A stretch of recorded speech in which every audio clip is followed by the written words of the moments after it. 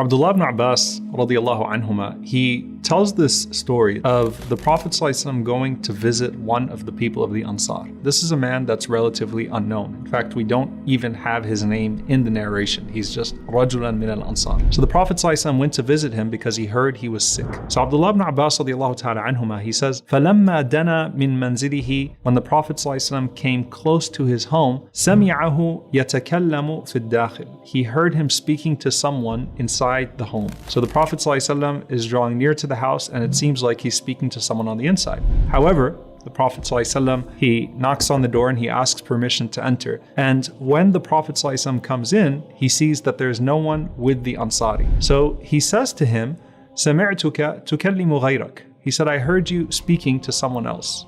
So the Ansari man responds and he says to him that, Ya Rasulullah, I had gone out and I came back home اغتماما بكلام الناس مما بي من الحمى, because I was grieved by what people were saying about my illness. So that could mean that either there was some sort of appearance that came as a result of the illness, he looked sick, or people treated him in a certain way because he was contagious. So even though the narration says humma, which is a fever, it can mean any type of illness that made him repulsive to the people. So he continues with the Prophet ﷺ and he says, فَدَخَلَ عَلَيَّ دَاخِلٌ, so someone came with me to my house. Someone entered into the house after me. And listen to how he describes it. And he says, وَاللَّهِ مَا رَأَيْتُ رَجُلًا قَطُّ بَعْدَكَ أَكْرَمَ مَجْلِسًا وَلَا أَحْسَنَ حَدِيثًا مِنْهُ. He said that, I swear by Allah, I have never seen a man after you, Ya Rasulullah, who is more noble of a companion, nor more beautiful in their words. So he's saying to the Prophet ﷺ, this mysterious person entered behind me and he sat with me and he kept me company, and I've never seen anyone more beautiful than him except for you, Ya Rasulullah. Rasulullah ﷺ says, do you know who that was? He says, no. He says, ذَلِكَ جِبْرِيل, that was Jibreel alayhi salam. And he says, وَإِنَّهُ مِنْكُمْ لَرِجَالٌ لَوْ أَنَّ أَحَدَهُمْ يُقْسِمُ عَلَى اللَّهِ لَأَبَرَّهُ. He said, I swear by Allah, there are people amongst you that if they were to take oaths upon Allah subhanahu wa ta'ala, Allah would honor those oaths. When you read the ahadith about a person who is sick, that person, that believer who is sick, is surrounded by angels all the time. There are the angels that come to visit. There are the angels that receive the visitors. You are surrounded by the malaika at all times because you're in a state of constant expiation of sins, right? While the sickness is with you in whatever capacity, even if it's a minor illness, right? The Prophet ﷺ said, even if it's something as simple as a fever, the angels remain in your company the entire time, and 70,000 angels go with the one who goes to visit the sick person. Of course, the Prophet ﷺ mentioned to us that on the Day of Judgment, as Allah subhanahu wa ta'ala is speaking to the person who neglected the opportunities of khair, the opportunities of good, Allah subhanahu wa ta'ala says, I was sick and you did not visit me. And the person would say, how could I visit you, O Allah?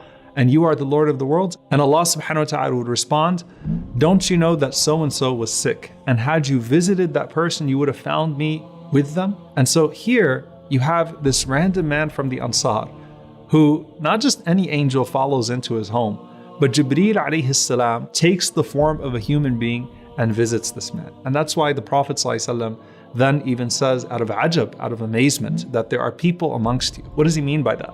There are people amongst you that are relatively unknown, but at the same time, they have such a position with Allah subhanahu wa ta'ala. The Prophet ﷺ says, رُبَّ أَشْعَثْ مَدْفُوعٍ بِالْأَبْوَابِ, that it might be that there's a person that's covered in dirt, turned away from the homes of the people. لَوْ أَقْسَمَ عَلَى اللَّهِ لَأَبَرَّ. And if that person were to take an oath upon Allah subhanahu wa ta'ala, Allah would certainly honor that oath. In another narration, the Prophet ﷺ said, أَلَا أُخْبِرُكُمْ بِأَهْلِ الْجَنَّةِ, should I tell you who the people of Jannah are? So they said, Bala ya Rasulullah, yes, O Messenger of Allah. So the Prophet ﷺ said, كُلُّ ضَعِيفٍ مُتَضَاعِفٍ لَوْ أَقْسَمَ عَلَى اللَّهِ لَأَبَرَّ. He said, every ضعيف متضاعف, a person that is downtrodden. And mutada'af is that person is made to be in such a situation.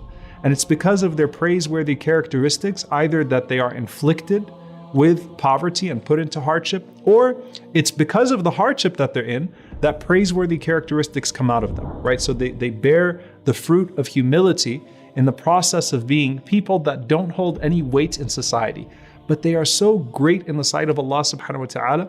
If they were to take an oath upon Allah subhanahu wa ta'ala, Allah would honor their oath. And that's greater than even the answered supplications, right? So the Prophet ﷺ is teaching us that there are people amongst us that are worthy of being visited by Jibreel alayhi salam, but you would not let them into your home.